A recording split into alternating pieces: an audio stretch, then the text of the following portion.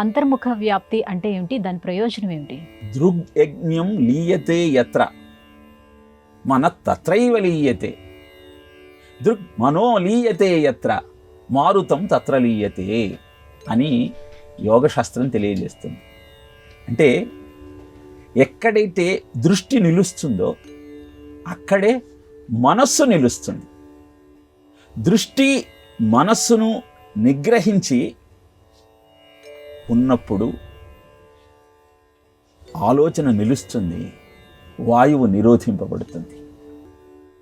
అలా ఆలోచనను బాహ్య విషయాల వైపు మరల్చి ఆనందం కోసం ప్రయత్నించటం అవివేకం అని తెలియజేస్తూ, పరాంచకాని వ్యతరణ స్వయంభూ తస్మాన్ పరాన్న పశ్యతి అంతరాత్మన్.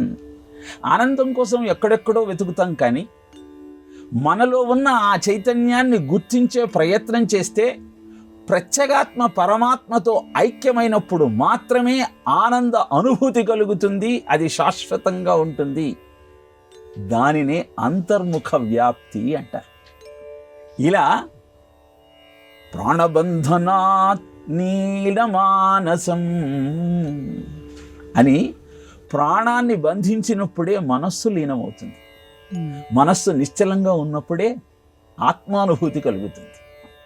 ఇలాంటి అనుభూతిని అందుకోవటం కోసం చేసే సాధన అంతర్ముఖ వ్యాప్తిని కలిగించి ఆనందం అంటే ఏమిటో మనకు పరిచయం చేస్తుంది. కనుక నిరంతరము నహి కశ్చిత్ క్షణమపి జాతు తిష్టత్య కర్మకృత్, ఒక్క క్షణం కూడా నిశ్చలంగా ఉండకుండా పరిపరి విధాలుగా పరిగెత్తే మనసును నిశ్చలంగా మార్చుకోవడానికి ప్రాణాయామాన్ని మించిన సాధన మరొక్కటి లేదు. దాని ద్వారా మన ఆలోచనలను అంతర్ముఖం చేసుకుంటూ దృష్టిని మనస్సును ఆత్మయందు నిలిపినప్పుడు ఆ స్వరూపం ఏమిటి, ఆ చైతన్యం ఏమిటి అన్న భావన మనకు సిద్ధిస్తుంది. దాన్ని తెలుసుకోమని చెప్పే ప్రయత్నమే అంతర్ముఖ వ్యాప్తిగా వర్ణింపబడింది యోగశాస్త్రంలో.